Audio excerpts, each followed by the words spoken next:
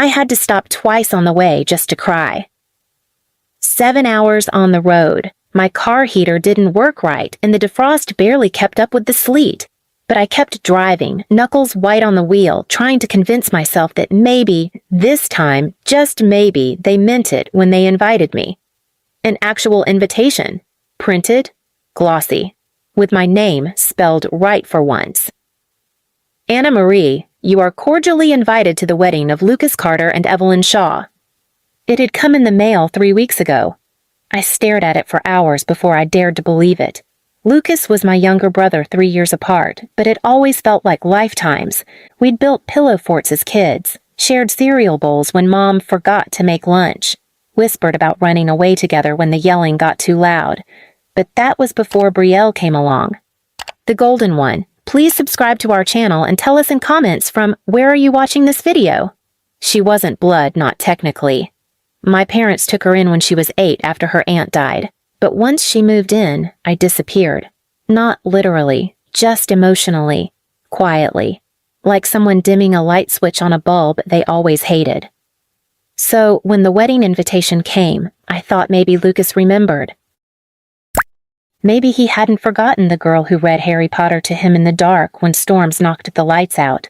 Maybe, despite the distance, despite Mom's twisted favoritism, I still mattered.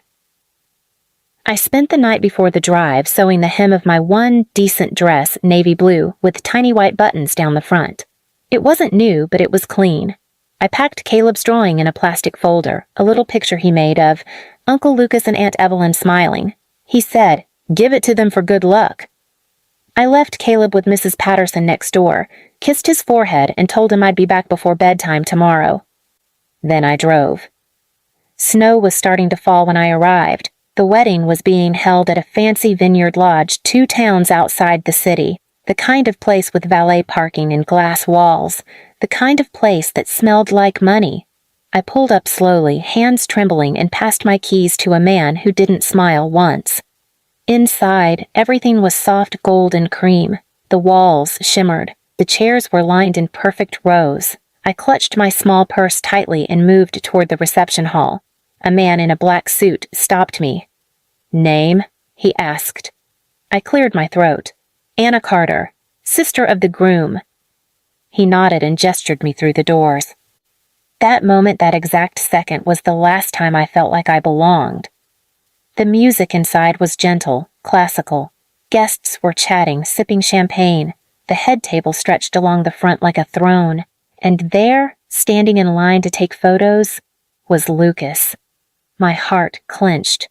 He looked happy, genuinely happy, in a crisp navy suit, arm draped over Evelyn's shoulder. They were radiant, glowing. Her white dress had tiny flowers along the sleeves. I smiled and stayed back. I didn't want to interrupt. I just wanted to find my seat. I moved toward the 3rd row, saw a name card, reserved for family. I kept looking, each row marked the same. Then there it was, my name. Anna. But the card was bent, and the seat was gone. Literally removed, just a space between chairs. On either side, people shifted uncomfortably, trying not to make eye contact. I blinked, thought maybe it was a mistake. I turned, and there she was. My mother. In a silver dress, hair up, face pinched like always. Standing next to her, Brielle in a deep emerald gown, smirking like someone who'd just won a bet. "Your seat's missing," I said quietly. My mom didn't even look at me. She just took a slow sip of her drink and said, "That row's for family only." I blinked again, stunned. "I am family." She turned her eyes toward me finally and said without blinking, "Not for garbage." And Brielle smiled, wide, proud, like she was soaking it in. "Besides," she added, "you being here will just confuse people. We didn't tell them you'd be coming." I could feel the stares now, a few heads turning, people whispering. "Go sit in the back," my mom continued, voice like steel. "Or better yet, maybe go home. You've already been such a burden just showing up." I looked over at Lucas. He hadn't seen. He was still smiling for photos, hugging Evelyn's mother. And I just stood there, like a misplaced shadow. I clenched my jaw, fists tightening around Caleb's drawing in my bag. I looked at Brielle and she winked. Winked. Like this was a game. Like she'd known I'd drive 7 hours only to be humiliated. I turned slowly, walked toward the exit. No one stopped me. No one called my name. And as I stepped into the snow, I looked up at the sky and whispered to myself, I hope you enjoyed your moment, Brielle. Because I had just made a decision. I wasn't going back to that chair. I was coming back for the whole damn table. I didn't cry until I hit the highway. Not when they took my chair. Not when my mother called me garbage. Not even when Brielle winked like it was a game she'd already won. But the second I passed the first green freeway sign that said next exit 40 miles, the sob ripped out of me so hard I nearly drove off the road. I pulled into a gas station, leaned my head against the wheel, and screamed. Not words, not thoughts, just noise. It had been building for years, for birthdays missed, for holidays where I was told, stay home, Brielle's friends are here, for the time my dad told me, you take up space like smoke everywhere but never useful. And now this. I stared at Caleb's drawing and my purse wrinkled, bent from my hand, squeezing it too hard. 2 smiling stick figures holding hands, confetti over their heads. Uncle Lucas' wedding, written in crooked crayon letters at the top. I wanted to rip it in half. But I didn't. I folded it carefully, slipped it back into the folder, and pulled out my phone. I had one contact I hadn't messaged in over a year. Lucas. I hovered over the screen, my thumb shook. Then I typed. Did you know they didn't leave a seat for me? I stared at it, deleted it. Then wrote, good luck. Tell Evelyn I said congrats. He didn't respond, not then. And I didn't expect him to. I didn't go home, not yet. Instead, I checked into a cheap roadside motel. No TV remote. The lamp flickered when I plugged in my charger.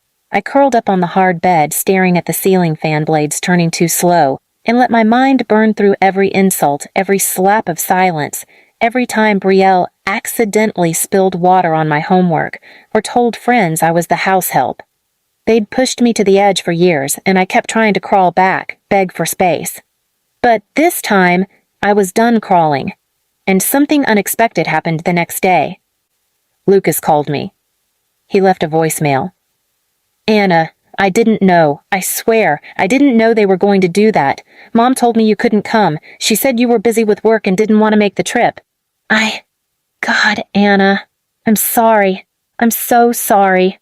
It took everything in me not to cry again. I texted him back 2 hours later. You don't have to be sorry. Just don't pretend you're surprised. You've known who they are. He replied, you're right, I did, and I let it slide, but maybe I don't have to anymore. I didn't reply to that, because something inside me had already started forming not just a feeling, a plan. And it started with the thing they cared most about. Image. Not money, not honesty, not even family. But how they looked. To the neighbors. To the in-laws. To their carefully cultivated little country club circle. They loved pretending we were perfect, that my mom was the dignified, silver-haired matriarch, that my dad was the self-made family man, that Brielle was the flawless Ivy League daughter. And me? I was the ghost, the cautionary tale, the one they quietly pretended didn't exist unless they needed pity points for raising a difficult child. But now I had something they didn't, the truth. And unlike them, I wasn't afraid of how it looked anymore. The next morning, I called someone I hadn't spoken to in 5 years, Miss Dalton, my old high school English teacher. She used to let me stay after class when Brielle forgot to pick me up. She was the one who told me I had a voice worth listening to. She answered on the second ring. Anna? I took a breath. Do you still work with that community magazine? She hesitated. Yes. Why? I want to write something, I said. Something real. Something about growing up in a house where the only seat you're given is the one you're expected to be quiet in. There was a long pause. Then she said, You just let me know where to publish it. I hung up. The next week I started writing. I wrote every night after work, after Caleb fell asleep. I didn't name names. I didn't accuse. I just told the truth. About being erased. About growing up in a home where birthdays were ignored, bruises were blamed on clumsiness, and the word family was used like a leash. And then I did something no one expected. I didn't publish it online. I printed it, 100 copies, in gold-embossed envelopes. And I mailed them, not to the internet, to the guest list. Every single person who sat in that room. Every person who sipped champagne while my chair stayed empty. I didn't hear anything at first. No calls, no messages, no explosion. Just silence. And then, slowly like rust spreading across something that used to shine, the cracks started showing. The first person to text me wasn't my mother. It was Evelyn, Lucas's wife. The same one who'd been smiling in white silk while I stood there like a ghost. Her message was short. I had no idea. I am so sorry. Then, please check your mail. I thought she meant it figuratively, but 2 days later, a thick envelope arrived at my door. Inside were printed screenshots, text messages between Evelyn and my mom, between Evelyn and Brielle. One of them stood out like a slap. Mom, she's not invited. Don't worry. Anna's never had a place here anyway. She's more of a complication than a sister. Not someone we'd want around guests. Then Brielle's reply, if she shows up, we'll handle it. She's too desperate for attention to make a scene. I sat with those words for a long time. I could have thrown them away. But instead, I added them to the folder. Because the wedding guests were still reacting, and I didn't want this to fizzle out. I wanted it to boil. The article I'd printed, The Empty Chair at the Carter Wedding, a story of uninvited daughters, was written like fiction, but everyone who knew the family knew exactly who it was about. I never used their names. I didn't need to. It was in the eyes of the florist who canceled my mother's flower subscription. It was in the voice of the neighbor who said, we had no idea you were her daughter. I always thought you moved away on purpose. And it was in the silence when my dad showed up at the country club and found out his name had been removed from the newsletter. Family of the Year, no more. But the part that stung most came from within.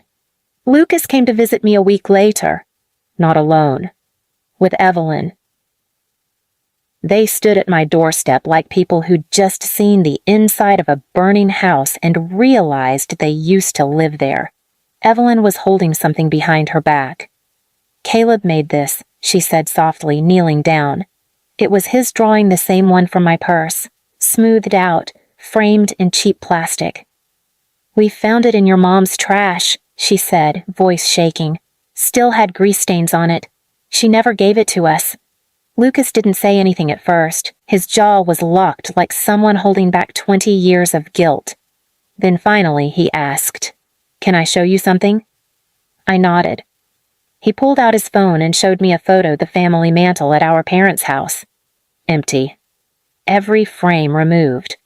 All replaced with brand new pictures of Brielle at charity events. Brielle at conferences. Brielle holding a tiny Women of Leadership trophy. I stared at it. Then said flatly, fitting. Lucas nodded. Then handed me a letter. This was in Dad's drawer, he said, unopened. You wrote it to them. Years ago. I recognized the envelope immediately, the one I mailed after Caleb was born. It had a picture inside, his first steps. A drawing he made of Grandma's house even though he'd never been inside. They'd never opened it. Lucas swallowed hard. I think I knew. I just didn't want to admit it. I took the letter, didn't open it either, just set it aside. I don't want an apology, I said. Evelyn nodded. We didn't come to give one. We came to say we left. My eyes widened. We moved out, she continued. We left the apartment Dad helped pay for.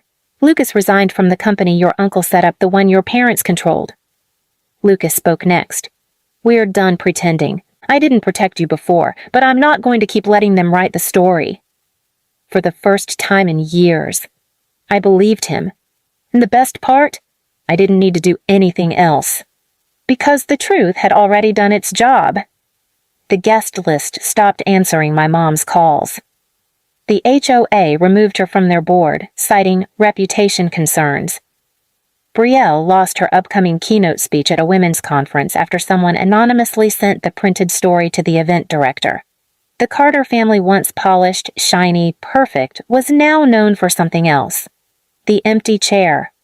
The one they never thought anyone would notice. But people did notice. People talked.